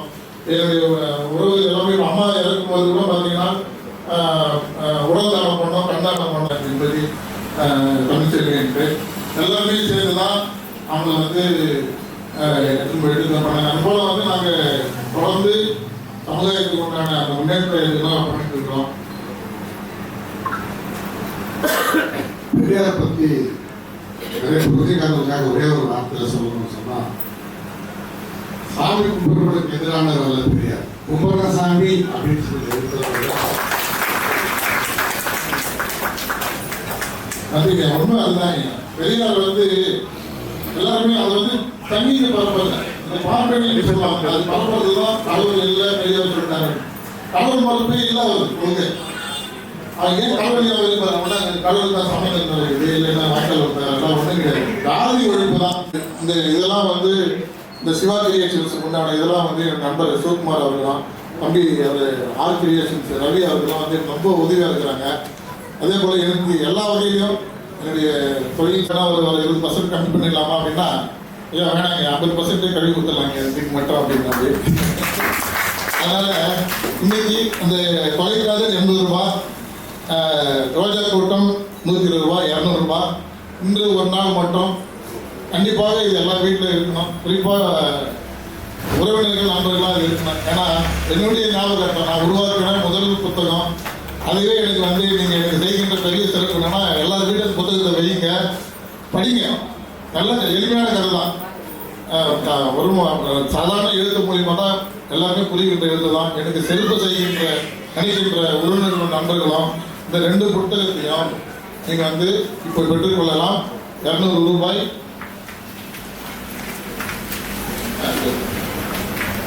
அதே போன்று ஐயா ஒரு முக்தார் அவர்களை போயிட்டு சந்திக்கும் போது கூட பார்த்தீங்கன்னா எனக்கு ஆச்சரியம் தான். உண்மையிலே இதெல்லாம் எப்படி நடந்தது எப்படின்னு எனக்கு ஒன்றும் புரியல. நாங்கள் ஐயா கிட்ட பத்திரிகை கொடுக்கலான்னு சொல்லிட்டு நான் ஃபோன் மட்டும் பண்ணல. ஏன்னா எல்லாம் பிஸியாக இருப்பாங்க, நம்ம தொண்டை பண்ணோம்னப்போ நீயும் அதை பார்த்துக்கோ அப்படின்னு சொல்லிட்டு அவர் தோழர் ஒரு சுபாஷ் அவர்கள் ஒப்படைச்சோம் சேர்ந்து வாங்கிட்டோம். நீங்கள் பார்த்து பேசுறீங்க, அழைப்பதை கொடுத்துருங்க அப்படின்னாரு. நாங்கள் வேலூரில் போயிட்டு ஐயாவுக்கு ஃபோன் பண்ணி இது போல் நாங்கள் வரோம், ஒரு 15 நிமிடம் 1/2 மணி நேரம் ஆகுது அப்படின்னோடனே சரிங்க வாங்க அப்படின்ட்டு சரிண்டாரு. நான் போனால் எனக்கு ஆச்சரியம் என்னன்னா, எப்பவுமே வந்து போஸ்ட் ஷூட் இருக்கிறான்னா அவர் ஷூட்டுக்கு ரெடி ஆகிட்டாருன்னு அர்த்தம், ஷூட்டில் இருக்கிறாருன்னு அர்த்தம். போஸ்ட் ஷூட்டோட வந்து எனக்கு வரவேற்காரு. வணக்கம் ஐயா அப்படின்னா, இல்லை நான் வெயிட் பண்ணுகிறேன். அவர் வெயிட் பண்ணதே சொல்லலை. நாங்கள் கிட்டத்தட்ட இதே போல தான் பேசியிருந்தோம். நம்ம அறுபடி நமக்கு எல்லாம் பேசும்போது ரொம்ப நேரம் பேசிட்டு இருந்தோம். எளிமையாக பழகிறாரு. இவராக அந்த கேள்விலாம் கேட்குறான்ற மாதிரி இருந்தது. அதுதான் பாருங்க, அதை கேள்வி நாம் வந்து ஒரு பக்கமாக நம்ம பார்க்குறோம். இவர் வந்து கேள்வியே கேட்குறாரு அப்படின்னு. ஒரு இவரோட கலைஞர் ஒரு தேசிய தமிழ் தேசியம் தலைவர் ஒரு கேள்விக்கும் போது கலைஞர் என்ன பண்ணிட்டாரு, கலைஞர் என்ன பண்ணாரு அப்படின்ட்டு இவர் செஞ்சு சொல்லிட்டோமான சொல்லலாம் நல்லா பண்ணிட்டாரு அப்படின்னு. என்ன தான் தயார் பாட்டான்னு தெரியல. அவர் பாட்டுக்கு அப்படியே அழுகிறாரு பாருங்க. இன்னைக்கு வரைக்கும் அந்த வீடியோ வந்து வைரலாக போயிட்டு இருக்கு. அவ்வளோ செஞ்சிருக்காரு கலைஞர். என்ன அவரு எதுவுமே பேச மைக்கு கம்முனு கைது போயிட்டு அடுத்த நாள் வந்து முரசொலியில் முழு பக்கமாக வந்தது. அது ஐயா அவர்கள் வந்து இப்போ இருக்கிற நம்முடைய முதலமைச்சர் அவர் தங்கச்சி அவர்களுக்கு 8 மீட்டர் பரிசா கொடுத்தாரு. இது அலுவலகத்திலே அந்த புகைப்படம் இருக்கு. ஏன்னா ஒரு நெறியாளர்ன்றது சாதாரண விஷயம் கிடையாதுங்க. அந்த அளவுக்கு வந்து நம்ம வந்து எவ்வளோ நம்ம வந்து ஒரு கேள்வி கேட்டோம்னா நாம் எவ்வளோ தெளிவாக இருக்கோம், அதுதானே முக்கியம். இப்போ நாம் ஒரு அளவுலையாக ஒரு ஒன்று தெரியாமல் நம்ம வந்து கேள்வி கேட்கணும்னா அவங்க வந்து என்ன அவங்க திரும்பி நம்ம கேள்வி கேட்டோம்னா பதில் சொல்ல முடியாது. அந்த அளவுக்கு ஐயா அவர்கள் வந்து கேள்வி கேட்குறாங்கன்னா அந்த அளவுக்கு கேள்வி கேட்குறாங்கன்னா அந்த அளவுக்கு தயாராக இருக்குன்னு அர்த்தம். அன்றைக்கி அந்த ஒரு சான்றே போதும் அவருடைய உழைப்பு திறமை எல்லாமே உண்மையிலே இது போன்ற இருக்கின்ற தோழர்கள் எங்களுக்கு வந்து வாழ்த்துறதுக்கும் உண்மையிலே நாங்கள் வந்து ரொம்ப ரொம்ப ரொம்ப பெருமடைகிறோம். கண்டிப்பாக உங்களுக்கு எல்லாருக்கும் நன்றி ஐயா. இந்த தோழர்கள் வந்து இந்த புத்தகத்தை வாங்கிக்கலாம். 100 ரூபாய் தான். அது நம்ம இருக்கின்ற தீர்த்து வச்சுக்கிட்டு நம்ம அதை வாங்கிக்கலாம். ஐயா முக்கிய அளவுலாம் நம்ம சுபாஷ் எல்லாருமே வந்து அவங்க கையில் வாங்கிக்கலாம்.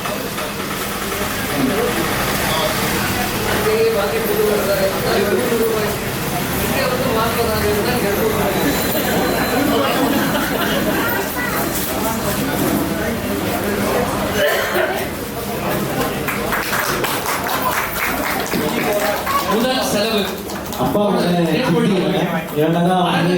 இலவசமாக கொடுத்தது போதாது, புத்தகத்தையும் பெற்றுக்கொள்ளவும்.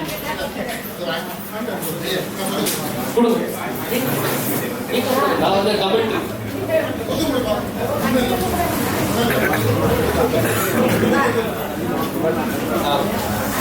படத்தை தொடர் முக்தார் அவர்கள் பாதுகாப்பாக வைத்துக் கொள்வார்.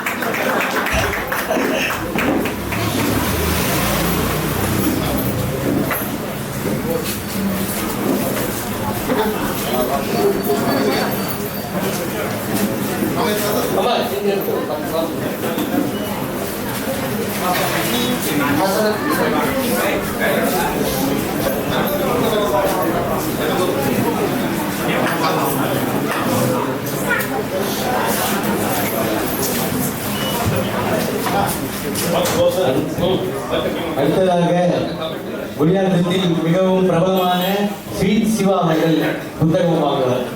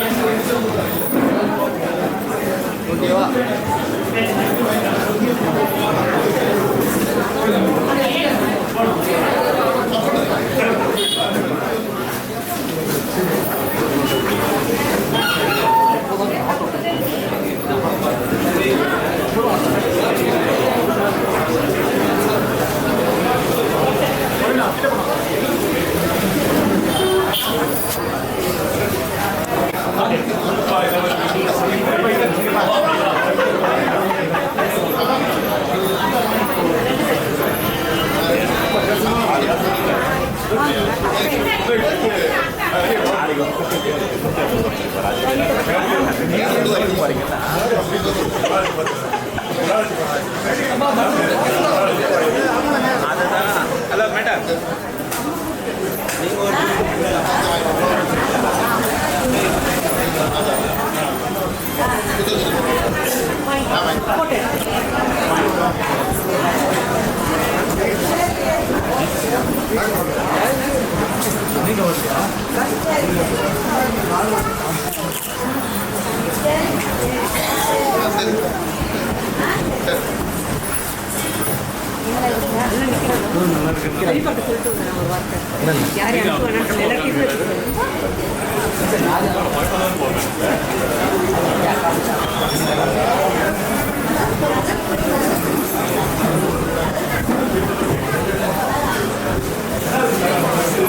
அவரே அங்கே உட்கார்ந்துருக்காரு.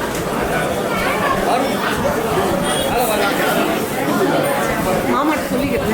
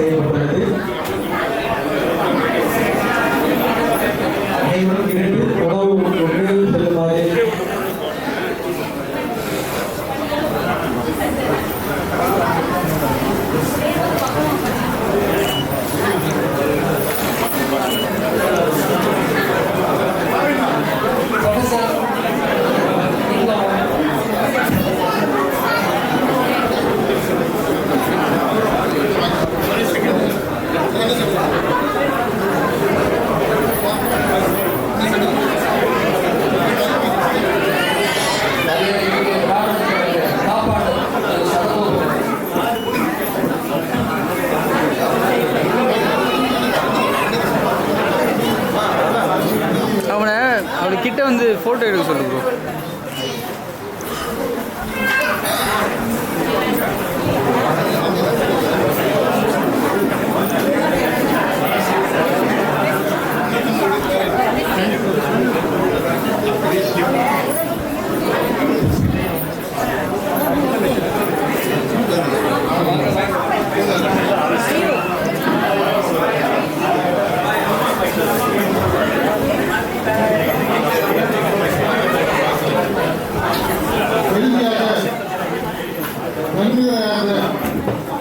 தலைமை ஆசிரியர்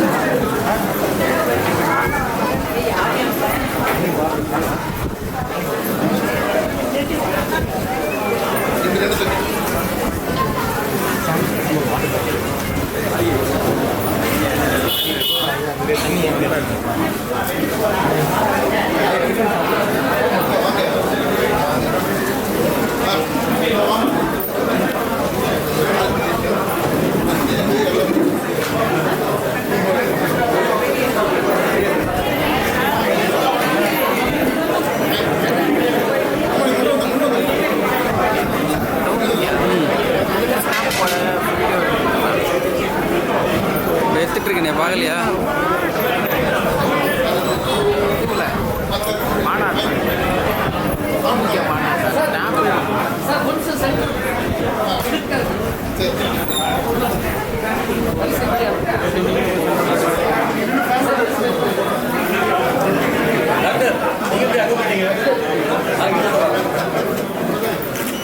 நீங்க வாங்கிட்டீங்களா? இறுதியாக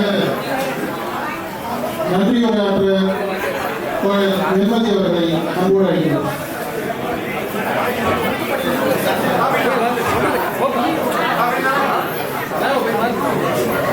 நீங்க யாராவது மேல ஏறு.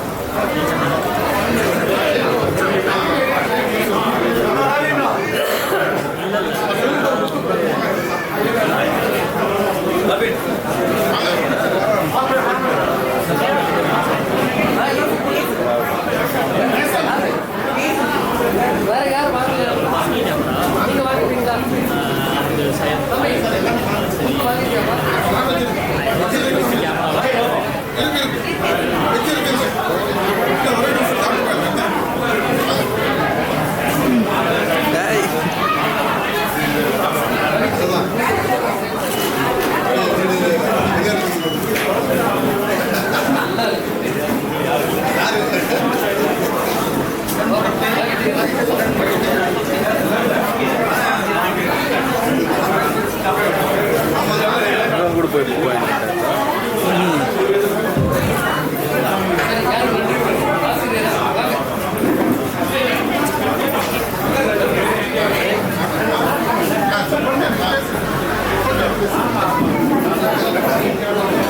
பெரியார் வகுத்து கொடுத்த பாதையிலே இன்று பெண்கள் பல வழிகளில் சென்று முன்னேற்றம் அடைந்துள்ளார்கள்.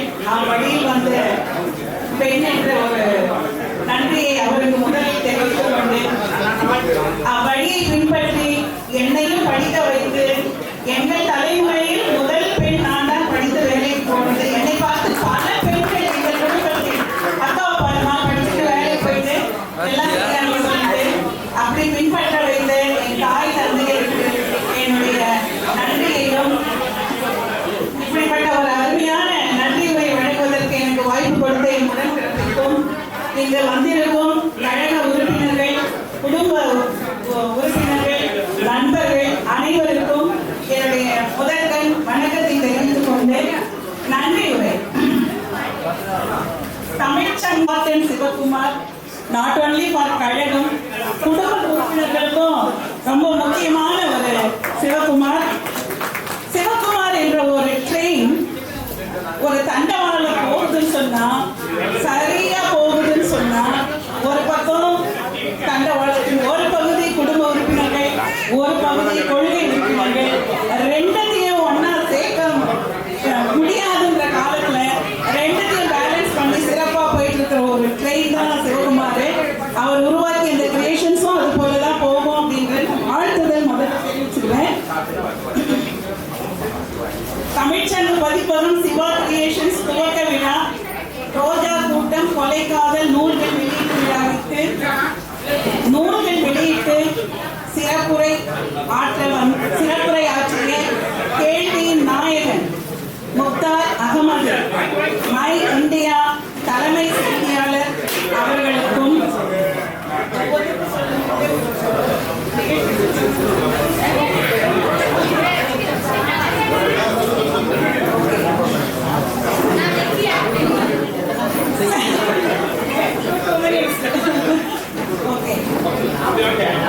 இவருடைய கேள்விகளை நான் டெய்லி பார்ப்பேன். மனசுல ஒன்று தோணும், அவங்க வாயிலிருந்து ஒரு பதில் வர வரைக்கும் அந்த கேள்வியை விட மாட்டாங்க. அவங்களை ஸ்டிமுலேட் பண்ணி பண்ணி அவர் நினைக்கிற பதில் வந்தா அதிலிருந்து அவங்களை பிடிக்கிறதுக்கு கேட்டுட்டே இருப்பாரு. ஆனா இங்கதான் ஒருத்தர் சொன்னாங்க, நீங்க